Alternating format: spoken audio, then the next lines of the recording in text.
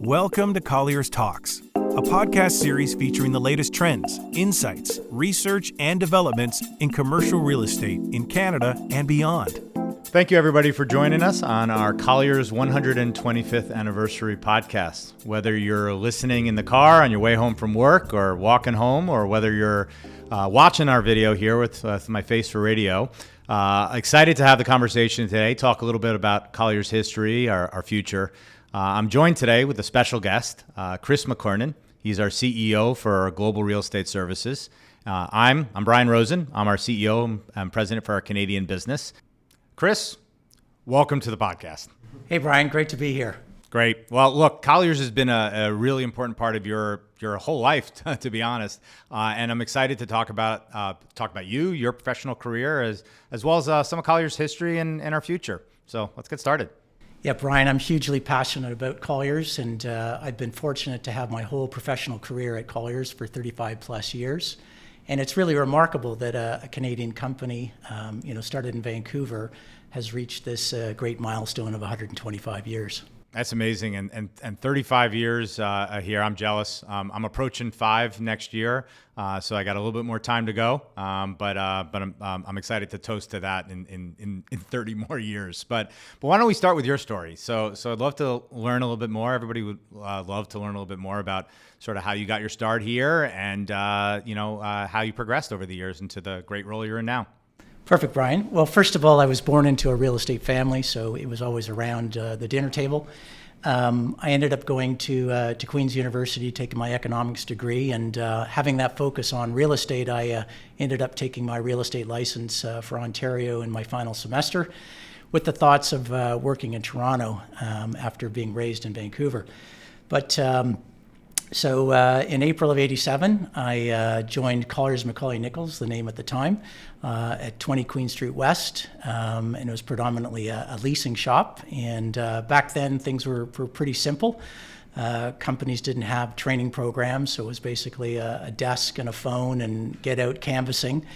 But what was amazing was that the people there, although there was no training program, there was great mentorship, there was very collaborative. And there were some great role models. The Cowies would stand out. And so there was very supportive in that environment to grow the young talent.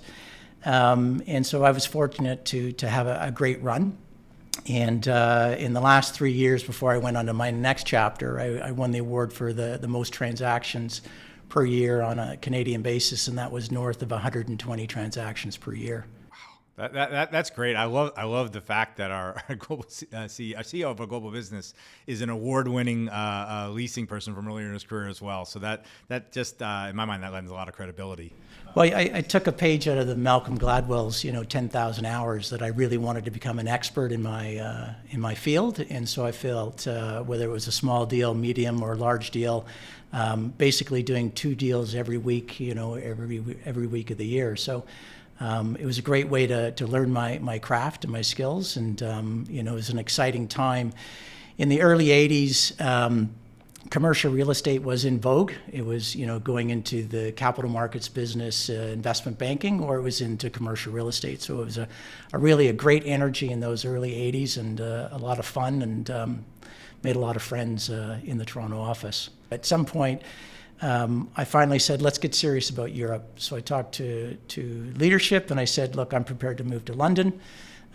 We need to have boots on the ground if we're really going to make this work. So in 2008, I moved my family to London. There was no in-house HR department to help me make that move, so everything was figured out from working visas and, different currencies and moving, but we were able to do that. Right during the great financial crisis. Right before. So I moved in May, and, Lehman's was in September.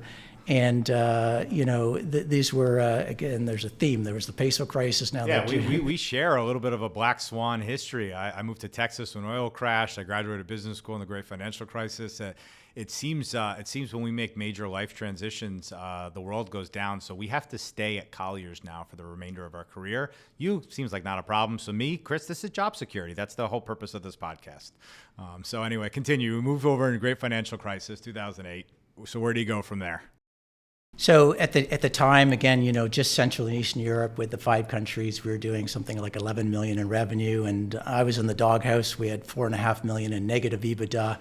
It was really tough and challenging times, but we'd been through challenging times before, and we had a strategy to build the European platform, and so we took it one step at a time. And we were able to build a business, and something that is probably my legacy, and something that I'm very proud of, is that over a 10-year period, we grew the business to 700 million in revenue, consolidated 95% of all the affiliates in their revenue in the region, and now we're approaching 100 million in EBITDA in the region. So. Through a lot of investment and working with the strategic investment team with Elias Malamuto in Toronto, I think we did 25 plus acquisitions in the region, both the affiliates and some best-in-class firms to join. And right now we're a great, respectable piece of the overall global platform. That's great. That's great, and that led to the most recent position that you had, right? Which is July of last year, when you got appointed to the newly created CEO for the Global Real Estate Services business, right? Yeah, that's correct, Brian. So on to the next chapter, and it's 1 year into the position, and I continue to remain super excited about where the business is going and how strong the brand has become.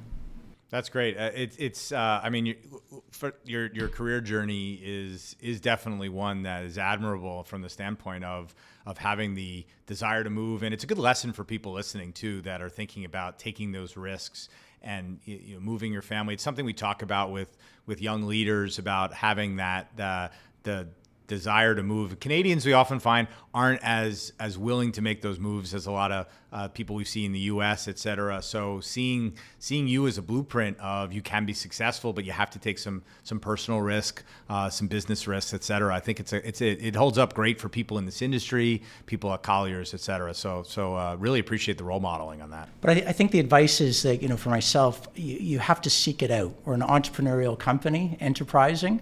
And it's not someone that's tapping you on the shoulder and saying, here's your next move. You really have to, look for these opportunities, build your personal brand within the company, and kind of make it happen for yourself. So, that's the way Colliers works. Agreed. That's one of the things that's very attractive about it. And so on that theme, let's talk a little bit about Colliers. Yeah, first of all, a bit of a fun fact. Okay, sure, please. 125 years. The average length of a CEO term is 5 years. So got it. Do the math. There should be 25 CEOs in that history. But I think Colliers is unique in that we've only had 8. And Brian, you're the 8th CEO of Colliers Canada, and so the average tenure is 15 years, and that gives you a runway of 10 years at least at a minimum. That's great, which continues on. This podcast is all about my job security, so I like where this is going. But no, that is really special. I mean, I think that symbolizes the commitment Colliers has, but also the growth path we've been on. We've been successful. CEOs don't stay in roles for long periods of time if they're not successful, and I think that's a great track record to have there. So I think Colliers has been super lucky in finding great leadership, to keep on being agile and adjusting to the times. You think about 125 years and surviving 2 great world wars, depression, some serious recessions with high interest rates, the global financial crisis, COVID, and we've been able to, adjust and make it work and continue to thrive. And actually, we've made some great strides in taking advantage of those downturns. And I think in Europe, coming out of the global financial crisis, we were able to make some really strategic moves and some bold moves, in tough times. So I'm looking for those situations now. When I first started the last chapter here in July of last year, the capital markets world started to crumble. And year over year, we're down 50% in terms of volume. And capital markets investment sales are an important part of our revenue stream. This will come back. This is a cycle. We've seen it before. We've made the adjustments, and but we're excited. We are building the team to take advantage of when that market comes back. Absolutely. It's the best time to build oftentimes is when there is a depressed market. Because as you said, when you went to Mexico and you're able to find good talent, you're able to restart. There's only one direction it can go sometimes. So that I totally agree. Let's talk about some of the fun stuff about Colliers, our history that a lot of people they don't necessarily know, and this could be, I think, informative and fun for them. So we got started in 1898, but tell us a little bit more about that in terms of some of our fun history. You know, Vancouver had a population of 20,000, and it was two entrepreneurs, Charles Macaulay, who came from Nova Scotia, and John Nichols, who came from Western England. At the ages of 30 and 28, they decided to start a property and insurance company. You know, they were offering services in land sales, property management, insurance, both for property and marine. And then they were actually giving loans, and I looked at the history books, and it was at 6%, probably pretty close to where we are today, you know, 125 years later. But I think it was the diversity of the firm at the time that, you know, made it through, you know, those critical times for the first 50 years, probably. And then in the early 1900s, Ronald Maitland joined the company, and he brought the marine insurance specialty, and you know the name was changed from Macaulay Nichols to Macaulay Nichols Maitland. Another interesting fact is it must have been a hot real estate market. There were 50 real estate shops and only 40 grocery stores at the time. So this is in the early 1900s? This is, yeah. Oh my gosh, that's really interesting. So you could more easily sell a property than buy a carton of eggs. Although, which I learned in some of my research, that Colliers was founded before egg cartons were invented. So Macaulay Nichols Maitland, and that company continues to grow over time and go through many of the cycles, as you mentioned, the boom, the bust, the depression, the world wars, et cetera. And as that company continues to expand and grow, and how do we kick it into that next gear? When does the company really start to shift? Yeah, so I think there are a number of key milestones, and probably the first thing is that the solidifying the market position on the West Coast in Vancouver, Victoria, Alberta, and Seattle. So to have a strong base was super important, and they became the preeminent firm on the West Coast. And so by having that solid base, you can, you know, take some gambles and some risks and look at growth. The other thing that was happening was the great influence from Asia. So there was a lot of trade, both capital and trade between Western Canada and Asia Pacific. Lots of investors coming in, and we were getting used to that. So I think the next milestone is Macaulay Nichols Maitland opened a Hong Kong office in 1982. So that was the first international office. At the same time, you know, John McLernon, the CEO at the time, really was a visionary and saw that the business was going global. And at the same time, he had heard that there was a group of Australian entrepreneurs that had the same thinking, that they were thinking the business was going to go global, it was going to go more consultative.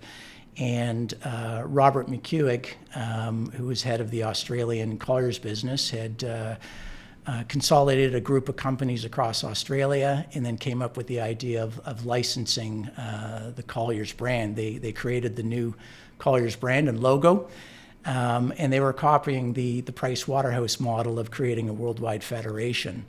So when John McLernon heard about this, he, you know, got on a plane, and, you know, from his Hong Kong office, they met with Robert, and he did a tour of Singapore, Malaysia, and in Australia. They got along famously.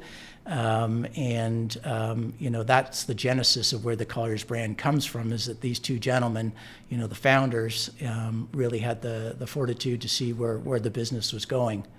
Yeah, no, that's great. And you know, one of the things that's interesting, you mentioned when we were talking about this a little earlier, that when the Colliers first started out, there was just a handful of people. It was not first started out, sorry. When we first started to make that large expansion and growth in the 70s and 80s, there was a handful of shareholder employees. And what's fun and nice about this is that a lot of them are still part of Colliers. And I sign anniversary cards for people who were original shareholders at the 35 years, 40 years at the company. And it's just nice to see that commitment and loyalty over time. And I'm sure you have a lot of those individuals still across the organization globally. Well, I think, Canada and probably Australia are unique in that we've done a really good job of creating our own farm team, that we really grow our own. And we have this, long-term commitment, from our brokers, advisors, and employees. And it's really nice to see. We went before we, took on our strategic investor of First Service. We were a private company, probably 300 across the country, and it was senior leadership, it was brokers, it was secretaries, it was receptionists, and there was this great camaraderie and spirit of growth and success, and that we were all behind it, and it was a special time. So then I would say the final couple of phases, right, were 2004 First Service, helmed by Jay Hennick, who's currently our global chairman and CEO, purchased, and up until going public on our own in 2015 when we spun out from First Service. Why don't you tell us a little bit about that period in time, which is really leading us up to the current state? Yeah, I think that was the most important development in the history of the company. Jay and the First Service team were definitely the accelerator. They had the strategy, they had the expertise in M&A, and they had the capital and the unbridled ambition to be a global player. Up to that period, the Canadian member of Colliers had consolidated probably a third of the world, predominantly Canada, west coast of the U.S., Asia Pacific, Latin America, Central and Eastern Europe.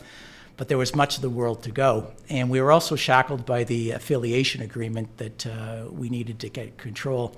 I remember the day meeting Jay after the purchase, and he was super enthusiastic, excited, inspiring, and he was super excited about where we could take Colliers.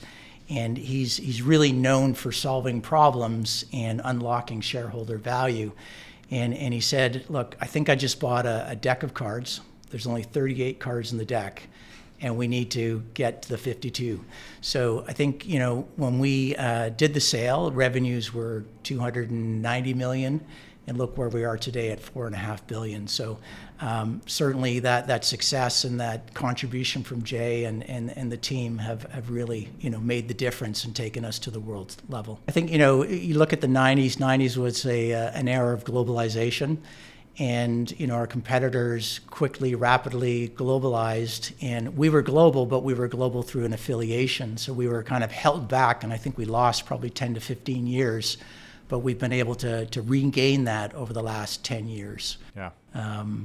Fascinating. I mean, a lot of times people have noticed that when I talk with people, they see our entrepreneurial spirit, and that's also great about First Service too, is that they brought a sort of an aligned entrepreneurial spirit. And so talking about a little bit about our values, about how we operate, Colliers is known as being very decentralized. And tell us a little bit about that. Tell us a little bit about our ethos around that decentralization, that enterprising, what it means to you, and what do you see across the global space that you lead? Yeah, so one of the key success factors is this decentralized model, and it supports the enterprising culture of who we are. It allows us to be agile, and what it does is it puts the decisions at the local market level, the national level, and the regional level. And we want those decisions that are close to our people and our clients. We want to be able to move fast and be agile and have very little bureaucracy. Compared to our competitors that have layers and layers of bureaucracy, we want to be able to see an opportunity and move quickly. Also, in challenging times, we want our leadership to make decisions quickly. Another thing that supports our decentralized model is having equity partnerships, and then also meaningful long-term incentive plans with our leadership. So we have complete alignment, what we call skin in the game. Rather than just having a professional manager that wants to keep all their resources and teams in challenging times. Through our model, we can make the right and smart decisions. And as well with client requests or client opportunities, we can move quickly. So I think that's embodies, the decentralized model and the differentiator than our major competitors. Yeah, I can vouch for that, having come from large matrix organizations, and it is a real difference here. One of the things too, being the leader of the Canadian business, but having the global headquarters in Toronto, that was attractive to me. But one of always the downsides of that is the global C-suite will then meddle in their backyard, so to speak, in a way that is counterproductive. I've seen it at other Canadian organizations. And true to our form, we don't do that. Whether it's yourself, Jay Hennick, whether it's Christian Mayer, our CFO, it's the partnership that I get, and I'm not just saying this to be obsequious. The partnership I get, as opposed to I'm the global CEO, I'm the CEO of the global real estate business. You will do what we say. It's more about, no, this is your business. We have a vantage point in Canada that provides unique perspective that you should probably listen to, but your business to run, and you make mistakes and we'll have successes. And I think that's different. And I've spoken to colleagues who don't experience that, and it is a real game changer as a leader. Like the benefits of a global Canadian-based organization without the downsides of having the shadow over me at all times, which for a decentralized organization, we live the credo. So for me, that I couldn't agree with you more, and I see it all over the place. Hey, you guys are at the coal face of it. You're in it day to day. You're going to have, your fingers on the pulse, and that's important for us. It's not for us, sitting at headquarters to have that feeling. So I think so far it's working well, after 12 months. I agree with you. And after 125 years too, we got the shareholder returns to prove that too in the last since we've been public. So I agree with you. What motivates you? So you've been here 35 years, talked about our culture, talked about our enterprising spirit. So what keeps you continually motivated and challenged in terms of wanting to stay here? Yeah, for me, it's all about the culture, the enterprising culture and spirit of Colliers, and really the people. That's been the success. And when people leave Colliers, when they move on to clients or they retire, the one thing they say is that they're going to miss the people. And so I've been really fortunate to have great colleagues in different regions that I've worked that are truly, I can call my friends. So I think that excites me. And, Colliers is dynamic, it's fun, every day is different. We're challenged, and I love the growth mindset.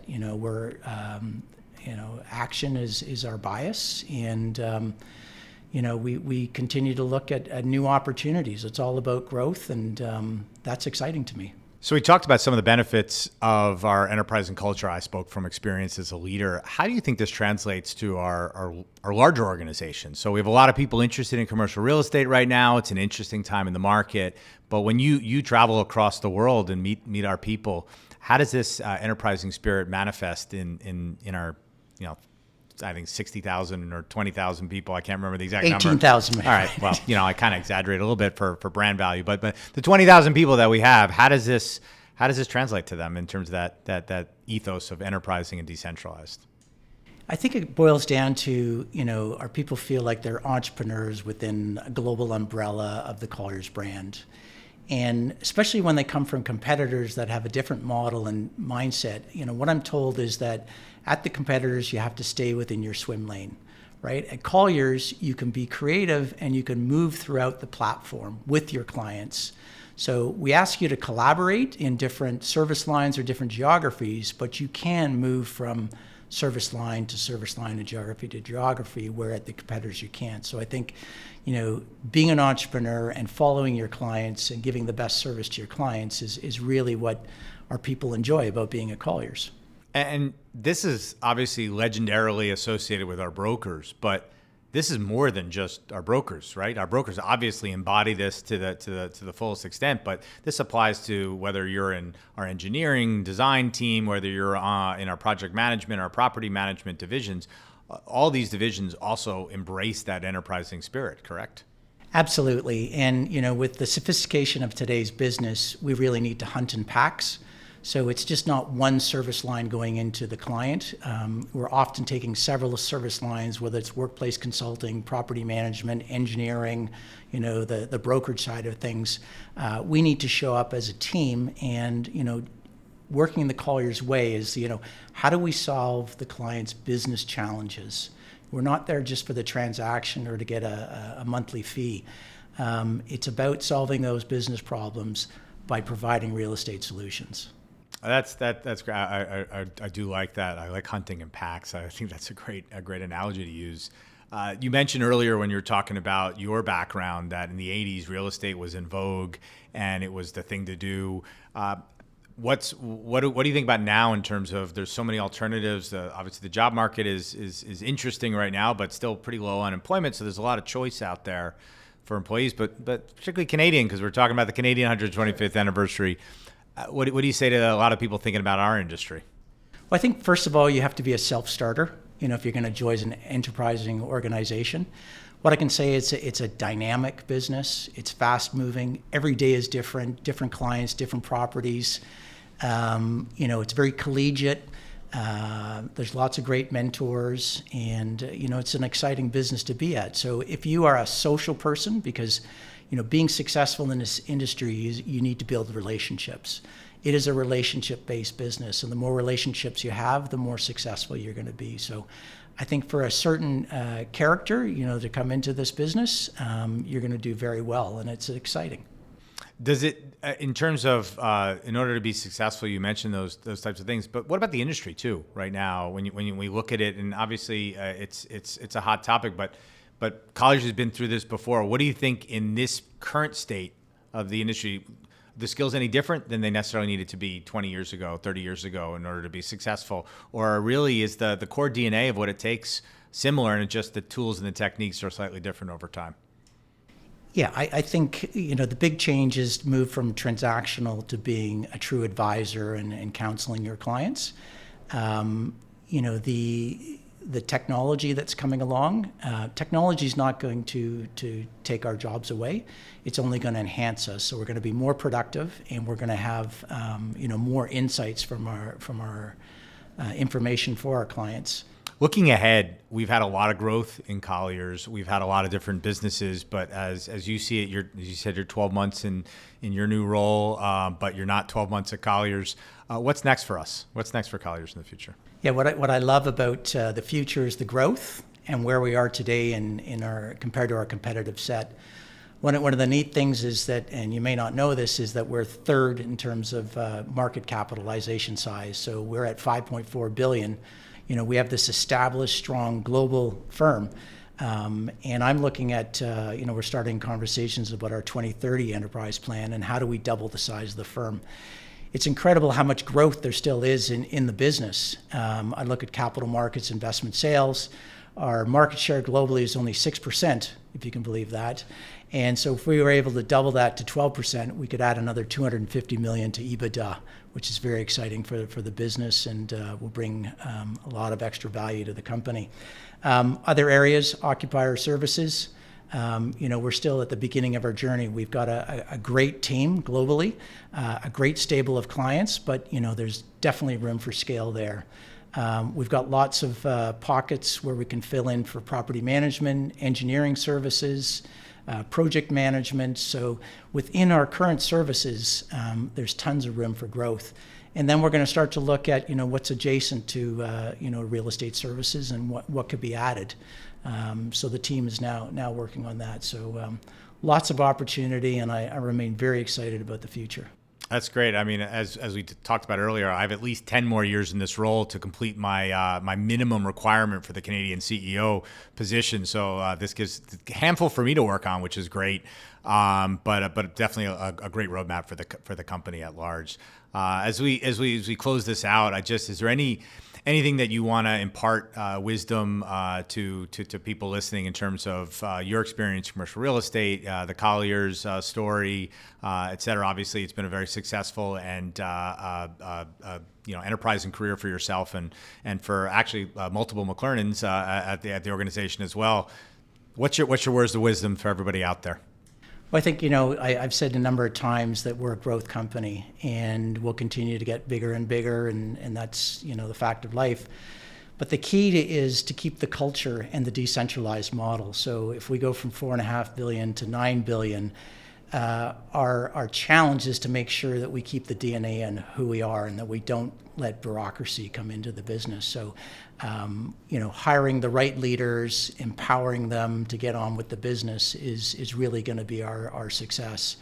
And so I think we're on the right track, and I think that's my number one job, is to make sure that we keep that enterprising culture and DNA within the Colliers platform. Chris, thank you for your time today. Really appreciate the opportunity to talk about yourself, talk about Colliers. I learned a lot in the process, and really appreciate it, so thank you. Thank you, Brian. I love talking about Colliers. It was truly an enjoyable time. Great. Thank you, everybody. Appreciate you spending some time with us, or whether you're listening or watching, and hope you learned a lot about Colliers as well. Appreciate it. Thanks for listening to Colliers Talks podcast. To learn more about Colliers Canada, our experts, and our solutions, visit collierscanada.com or find us on LinkedIn, Twitter, and Facebook.